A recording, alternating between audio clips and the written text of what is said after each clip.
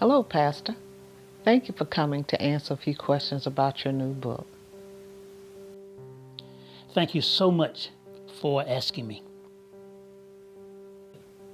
Tell us what inspired you to write The Life That Worships.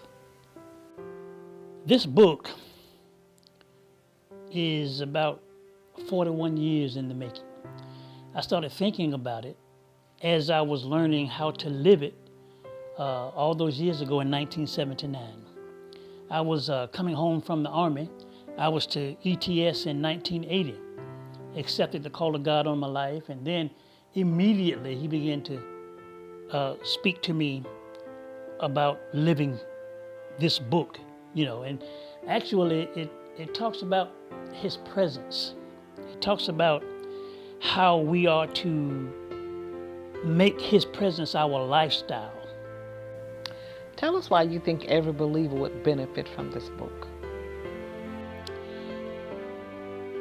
When I think about that question, I think about 1 Corinthians, where Paul told the church at Corinth, how is it that every one of you have a word, you have a doctrine, you have a songs, you have a song. And I personally believe it's the will of God for all of us to spend our time ministering to Him, living in His presence. For example, Jesus said in Matthew's gospel that man shall not live by bread alone, but by every word that proceeds out of the mouth of God. And so I believe every believer would benefit from this book because it's a book that shows and demonstrates how to live in His presence. And when we say live in His presence, practice His presence, we're not talking about religion. What we're talking about is actually talking to God and then listening to Him, following His directions, getting His plan for every single aspect of our lives. Were there any difficulties in writing The Life That Worships? I think my greatest difficulty was not so much fishing for what to say, but for what not to say. I think, living like this, learning how to listen, learning how to apply the things that He's sharing. I don't think that's what the problem was. I think the problem was not trying to include everything in one book, because there are things that you can learn from Him about, singing to Him. I'll give you an example. One time He was sharing with me about how all of us are called to enter into His presence. That's the ultimate goal. But that there are some who put more emphasis on the outer gates, enter into His gates with thanksgiving. And then there are others who are more desirous to share about His courts with praise. And then there are others like myself who are more prone to teach and minister along the lines of entering into the Holy of Holies. Like if you see on TV a lot, you'll see a lot of people, they'll be teaching about Him, or when they praise, they'll talk about Him to other Christians. But with me, there is more of a leaning to talk to Him. Can you tell us a little about your worship ministry? The ministry, like I said earlier, didn't start with me thinking in terms of traveling all over the world, teaching and preaching on worship. I think my desire initially was just to talk to Him and listen to Him, just to sing.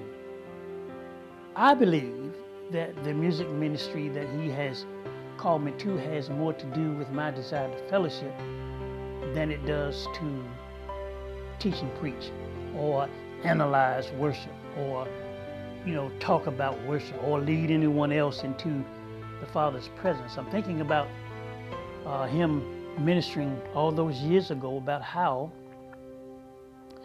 that I was not the one, but I was the one that would come to prepare the way for the one. That's what John was saying.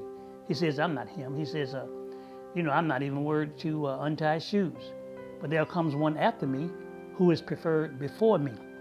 And I was perfectly content with being that person, the one who would show the way and make the man of God, make the woman of God's heart pliable to where they can hear from God and minister the truths that come from His Word. How can Christians who are not necessarily called to a music ministry grow in this area of worship? It goes to the fact that all of us are called to worship. I'm thinking about on the documentary that we did, I asked a question, two questions at the beginning. I asked what was the reason for the creation? And the reason for the creation is man or mankind. And what's the reason for mankind? And my answer is fellowship. God purposed the family. So to me, it doesn't matter whether or not you're called to a special ministry of worship or not. Whether or not you can play an instrument or whether or not you can sing or whatever. To me, it goes to the very heart of why we are created. He wanted a family. He purposed a family to fellowship with Him on His level.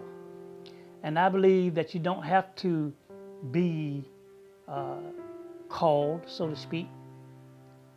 But in actuality, all of us are.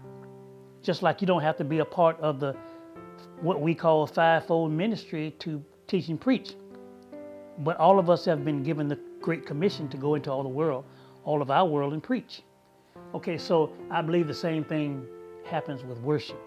We may not be called to a specific ministry of worship, which is a part of the ministry of helps, but all of us as Christians have been called to spend time in His presence.